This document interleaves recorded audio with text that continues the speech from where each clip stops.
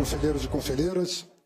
Eu fui provocado pelo presidente Lula para me alongar um pouco mais hoje e pelo embaixador da igreja para economizar no tempo. Parece que a assina do ministro da Fazenda está entre gasto e economia. Então, eu vou procurar, presidente, transformar gasto de tempo em investimento, como o senhor sempre insiste em dizer. Presidente Lula, senhoras e senhores do Conselho de Desenvolvimento Econômico Sustentável, um grande prazer poder falar com vocês sobre os desafios do nosso governo nos próximos meses.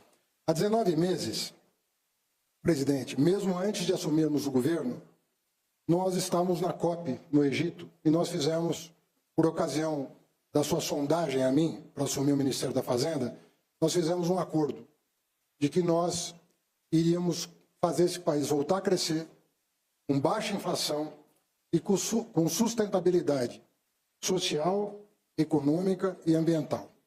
Esse foi o pacto que nós selamos e nós, desde o primeiro dia do seu governo, a rigor, antes do primeiro dia do seu governo, nós estamos fazendo o máximo para que esses objetivos sejam atingidos. Começando com a PEC da transição, que muitas pessoas interpretam equivocadamente. A PEC da transição, ela simplesmente garantiu os compromissos assumidos pelo Congresso Nacional com o povo brasileiro. O Fundeb, o novo Fundeb, foi criado pelo Congresso Nacional. O novo Bolsa Família foi criado pelo Congresso Nacional. O piso da enfermagem foi criado pelo Congresso Nacional. Muitas vezes, aliás, quase todas as vezes, a revelia do governo anterior. E esses investimentos ou despesas, como queiram, precisavam ser honradas. Não cabia ao presidente Lula, eleito e empossado, numa transição extremamente turbulenta e dificultada, descumprir a Constituição da República. Então, a PEC da transição nada mais, nada menos fez do que garantir que os compromissos assumidos pelo Congresso tivessem uma fonte de financiamento. E nós não frustrássemos, no nosso governo, os compromissos sociais e ambientais assumidos. Agora nós aprovamos uma outra PEC, a PEC da reforma tributária, também com apoio do Congresso Nacional. Depois de 40 anos de espera, nós conseguimos aprovar a mais radical proposta de reforma tributária da nossa República, a primeira em regime democrático, em diálogo com todos os setores da sociedade. E eu peço encarecidamente a esse Conselho que use da sua influência positiva sobre o Congresso Nacional para que a regulamentação a ser aprovada nos próximos 15 dias tenha a mesma qualidade da emenda constitucional, evitando excepcionalidades que fariam a alíquota padrão do imposto sobre consumo subir e não cair, como é o nosso desejo, pelo combate à sonegação e pela justiça tributária. Entre essas duas propostas de emenda constitucional promulgadas na forma de emenda constitucional, o Congresso Nacional nos apoiou em vários momentos. O slogan que o senhor adotou na campanha de colocar o pobre no orçamento e o rico no imposto de renda foi adotado pelo Congresso Nacional. E o Congresso Nacional aprovou inúmeras medidas de apoio ao equilíbrio fiscal pelo lado da recomposição da receita. Outro equívoco interpretativo que vem sendo feito ao longo dos últimos meses. Ninguém está aumentando carga tributária. Não se criou um imposto, não se aumentou uma alíquota. O que se fez é corrigir desequilíbrios fiscais, renúncias fiscais, apontadas recentemente no último relatório do Tribunal de Contas da União. Pessoas que detinham riqueza excessiva, com rendimentos exorbitantes, pagavam zero de imposto de renda. Várias leis foram aprimoradas, sempre democraticamente, na conversa com o Congresso Nacional, negociando. Ninguém impôs ao Congresso uma agenda. Tudo foi negociado. Nada saiu como entrou no Congresso Nacional, demonstrando uma capacidade, ministro Padilha, de diálogo da SRI, de diálogo do Ministério da Fazenda, que não deixou as residências oficiais dos presidentes das duas casas e a mesa de negociação com os líderes de todos os partidos, inclusive da oposição, para que nós obtivéssemos já esse ano um resultado fiscal muito melhor do que o dos últimos 10 anos. Nós estamos há 10 anos com um problema fiscal no Brasil. Ele começou em 2015 e ele não terminou até hoje. O senhor resolveu enfrentar essa questão e nunca desautorizou o Ministério da Fazenda na busca do equilíbrio das contas. Pelo lado da receita, sim, porque a nossa receita caiu 2% do PIB pelas renúncias fiscais nos últimos anos, como apontado pelo Tribunal de Contas, mas também pelo redesenho das políticas públicas, que está encomendada pelo presidente Lula, que vai ter a sabedoria de saber o que fazer e o que não fazer para não prejudicar a população mais pobre desse país, que é um compromisso nosso, do Ministério da Fazenda também. Então, o redesenho que vai ser apresentado será levado a cabo para equilibrar as contas, mas com a sabedoria política de alguém que já demonstrou compromisso com quem mais precisa do Estado brasileiro. Como gosta de nos lembrar sempre o presidente, nós recolocamos o povo no orçamento e recolocamos na arrecadação alguns do que não pagavam o devido tributo. O país voltou a valorizar o salário mínimo com reajuste de inflação mais PIB e com um aumento de isenção do imposto de renda, cuja tabela não era reajustada havia 7 anos. Voltou a valorizar aqueles mais vulneráveis, praticamente dobramos o valor do Bolsa Família, atendendo ao Congresso Nacional, que aprovou o novo Bolsa Família, que hoje é um dos maiores programas de transferência do mundo e está ajudando a acabar com a chaga da fome no Brasil. O senhor, mais uma vez, vai tirar o Brasil do mapa da fome.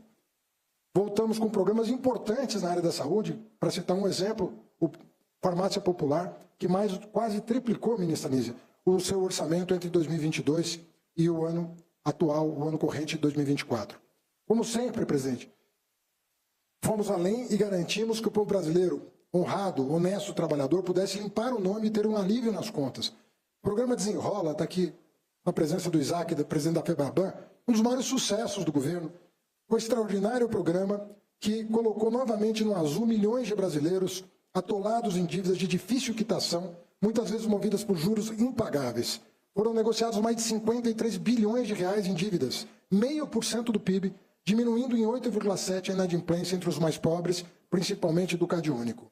O Acredita, recém-lançado, vai alavancar novas linhas de financiamento, sobretudo o crédito imobiliário, que no Brasil tem um patamar inexplicável de menos de 10% do PIB, quando há países que atingiram a marca de 50%, 70% e até 100% do PIB em crédito imobiliário, que é uma grande alavanca de crescimento e desenvolvimento econômico. Sem construção civil, que vai receber um tratamento específico na reforma tributária para alavancar investimentos imobiliários, não há desenvolvimento. A indústria da construção civil é um motor do desenvolvimento no mundo inteiro.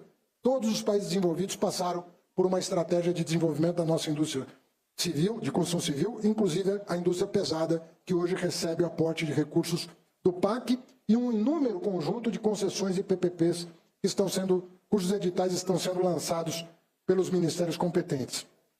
Não deixamos de olhar para excepcionalidades. A tragédia do Rio Grande do Sul é o sinal definitivo de que vivemos em emergência climática. E por isso todas as ações que mitiguem as dramáticas consequências das mudanças precisam ser tomadas. Mas no caso do Rio Grande do Sul, nós tivemos que socorrer o Estado em um prazo muito curto. Nós já tínhamos organizado um pacote de medidas para atender desde as famílias afetadas pelas inundações até as grandes indústrias que tiveram suas atividades interrompidas e hoje contam com uma linha do BNDES aprovada ontem no Conselho Monetário Nacional de 15 bilhões de reais para retomar o crescimento do Rio Grande do Sul, que sim, está afetando o crescimento brasileiro e também a inflação. Mas nós vamos encurtar ao máximo esse período de angústia e superar, agora no segundo semestre, essas questões que estão enfrentando o povo gaúcho. A nossa proposta de taxação de super ricos, que recebe hoje o apoio desse Conselho, vem conquistando apoios entre os países dos BRICS e do G7, que também busca criar novas fontes de recursos para lidarmos com tragédias como a do Rio Grande do Sul em todo o mundo, enfrentando a fome de um lado e a mudança climática do outro. Recentemente, em reunião de cúpula dos Estados Unidos com a França, o presidente Biden e o presidente Macron enalteceram a iniciativa do senhor, presidente Lula, junto à presidência do G20, para que essa proposta fosse acatada em nível global, num terceiro pilar da OCDE, que vem sendo chamado de terceiro pilar pelo Brasil e expressão que vem sendo adotada no mundo inteiro. Falando ainda no que se passa no mundo, nós temos que reconhecer que o cenário externo se agravou esse ano com a manutenção das taxas de juros nos Estados Unidos, o que nos traz desafios enormes. Como disse Alban, Isaac, nós não temos como alterar a política econômica americana, mas nós temos que proteger a nossa economia. E a forma de proteger a nossa economia é acelerar a agenda de reformas econômicas, macroeconômicas e microeconômicas no Congresso Nacional, acelerar o redesenho de políticas públicas, buscar equilíbrio fiscal, sim, pelo lado da receita e da despesa, porque não há outra forma de fazê-lo, com sabedoria, com inteligência, para que nós não coloquemos em risco o crescimento que ajuda a estabilizar a dívida PIB. Não há condições de estabilizar a dívida PIB sem crescimento econômico. Não há solução para isso, sem que nós voltemos aos patamares. E aqui tem passado aqui alguns indicadores. Presidente, é absolutamente possível o senhor terminar o seu mandato com uma inflação média abaixo de 4, inflação média, porque a nossa meta é chegar a 3 já o ano que vem, mas é perfeitamente possível que a média do seu mandato esteja abaixo de 4, com um crescimento médio beirando os 3%. Isso, para o senhor ter uma ideia, é a menor inflação média de todos os mandatos desde que o regime de metas de inflação foi criado no Brasil. Portanto, aqueles que acusam o senhor de não estar prestando atenção na inflação, não está prestando atenção nos dados que nós estamos divulgando pelo IBGE a todo momento, mostrando que nós estamos convergindo para a meta, que é uma meta exigente e que foi ontem reafirmada pelo seu governo em reunião do Conselho Monetário Nacional. Mas nós não podemos e não devemos abdicar das metas de crescimento da economia. Nós temos, o senhor teve a experiência de, no seu primeiro mandato, fazer esse país crescer 3,5%, e no seu segundo mandato fazer esse país crescer 4,6%. Muitas vezes falam, o ciclo de commodities não permitirá isso mais, mas nós temos que enfrentar o desafio do crescimento independentemente das condições externas e buscar que o Brasil volte a crescer a taxas sustentáveis. E os indicadores estão aí mostrando que tudo isso é possível. Como disseram aqui vários conselheiros, a economia está crescendo. Cresceu no ano passado, surpreendentemente. Não para nós, mas surpreendeu a muitos. Vai crescer esse ano. Os dados do primeiro trimestre já foram divulgados.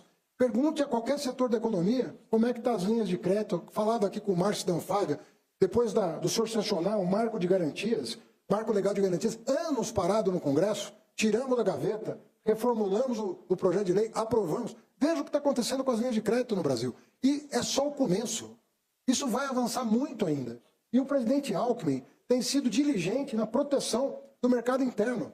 Nós estamos num mundo que está muito mais protecionista e muito mais agressivo, né, do que no passado recente.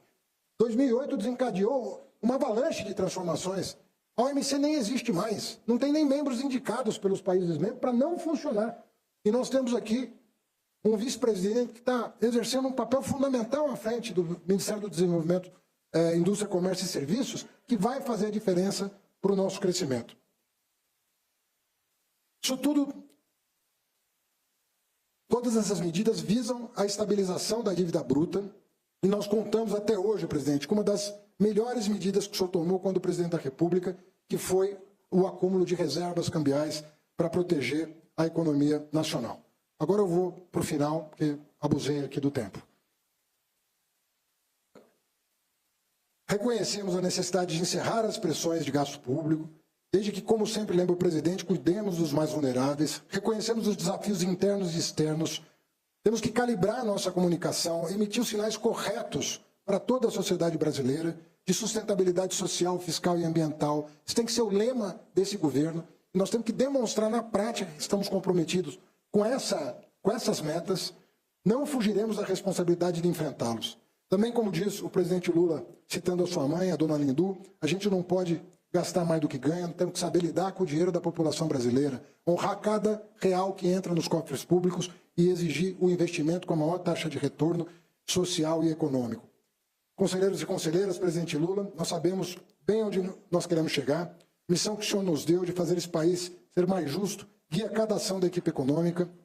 Ministra Tebet sempre muito parceira, queria frisar, cooperação sempre do Ministério do Planejamento, além dos demais ministérios. Cada ação de nossos ministérios é dedicada à equipe da ministra Simone, da ministra Esther, do vice-presidente Alckmin e dos demais ministérios. E por isso eu tenho a firme convicção de que nós podemos chegar ao próximo ano com o melhor ciclo de crescimento econômico em uma década, na média superior a 2,5% ao ano e com o menor nível de desemprego da década, abaixo de 7%. Já estamos com a menor taxa de desocupação desde 2014. Mantendo o crescimento econômico no patamar superior a 2% ao ano, devemos nos aproximar das mínimas históricas até 2026. As expectativas também indicam que teremos a menor taxa de inflação anual média num ciclo de governo em toda a história do Plano Real, abaixo de 4%. Destaco ainda a expectativa de termos o maior nível de investimento público e privado desta década. O novo PAC e o Plano de Transformação Ecológica aumentarão o nível de investimento público, pavimentando o caminho para também elevar os investimentos privados. É a combinação público e privado desses esforços conjuntos que leva ao desenvolvimento sustentável. Vivemos o maior crescimento da renda das famílias em 28 anos e a maior redução da pobreza nos últimos 10 anos. Crescimento do PIB, aumento real do salário, os programas de distribuição de renda continuarão a elevar o rendimento das famílias e a retirar pessoas de situações de pobreza e vulnerabilidade. Temos convicção, presidente, do nosso caminho. Vamos juntos construir o Brasil dos nossos mais justos e generosos sonhos. Obrigado. Muito obrigado, ministro Fernando Haddad. Presidente Lula, ministro Dr. Alexandre Padilha, chanceler Mauro Vieira, ministro Fernando Haddad, ministra Marina, ministra Margarete, presidente Magda, ministras e ministros aqui presentes, conselheiras e conselheiros, permitam-me, ao iniciar, destacar a importância desse conselho. Não há nada mais relevante do que sociedade civil organizada. Sociedade civil organizada faz diferença. E governo que ouve e dialoga, acerta mais e traz melhores resultados para a nossa população. O presidente Lula acabou de sancionar o projeto de lei do MOVER, Mobilidade Verde. E essa semana foi divulgado uma estatística importante. A indústria brasileira chegou a 82,5% de atividade produtiva. Ou seja, a ociosidade na indústria caiu, chegou a 17,5%. E aumentou a confiança dos empresários. Se nós temos a ociosidade caindo e a confiança subindo, é sinal que vai ter investimento. E o que nós precisamos é de investimento. Nós temos dois desafios: melhorar investimento, aumentar investimento e aumentar produtividade. E o MOVER vem, presidente Lula, ao encontro desses dois objetivos: estimular investimento e estimular melhor competitividade e descarbonização. O presidente da Anfávia, que está aqui, o Márcio Lima, destacou que foi o MOVER que impulsionou 130 bilhões de investimento na indústria automotiva. E nós podemos incluir também mais 6% na indústria de autopeças, o que vai dar aí mais 8, 7 bilhões a mais de investimento. Marina, indo ao encontro da descarbonização. Então, é 3,5 bilhões de crédito financeiro para que as indústrias invistam em descarbonização, eficiência energética e inovação, para impulsionar a atividade industrial. 130 bilhões, Ricardo Alban. E está aqui presente o presidente da FenaBrave, o Andretta. E neste semestre, comparado com o semestre anterior, cresceu quase 15% o emplacamento de veículos. Quase 15% a mais a venda de veículos. E nós precisamos de investimento para poder gerar mais emprego, mais renda e crescer. E além do MOVER, o presidente Lula sancionou a semana passada a lei da LCD. Nós temos a LCA, Letra de Crédito Agrícola. Temos a LCI, Letra de Crédito Imobiliário. E o presidente sancionou a LCD, que é a letra de, aliás, aprovada no Senado, a letra aprovou ontem, a letra de crédito do desenvolvimento. Isso vai tornar o crédito mais barato e é mercado, mas o governo reduz imposto de renda de pessoa jurídica, tornando o crédito mais barato para a indústria, para a gente impulsionar a indústria. O MOVER queria agradecer, está aqui o deputado Arthur Lira e o senador Rodrigo Cunha, que foram os relatores do Congresso Nacional. Agradecer também o Wallace Moreira, o Márcio Elias Rosa, a Miriam e o Rui Costa por todo o trabalho. E destacar também, presidente, que o senhor promulgou a lei do depreciação acelerada. Ou seja, o parque industrial brasileiro envelheceu, a média de máquinas, 14, 15 anos. Então, um estímulo para renovar as máquinas, aumentar a produtividade, crescer, gerar mais emprego e mais renda. Então, ao invés de depreciar uma máquina em 15 anos, deprecia uma máquina em 2, 3 anos. Fernando Haddad, 3,4 bilhão, redução de imposto de renda de pessoa jurídica, contribuição social sobre lucro líquido para estimular a renovação de máquinas, equipamentos, gastar menos energia, eficiência, digitalização, como aqui foi colocado. Então, um conjunto de medidas. E o mais importante, reforma tributária. Há um princípio em medicina, doutor Padilha, que diz, sublata causa, dolitur effector. Suprima causa, que o efeito cessa. A reforma tributária vai fazer a diferença.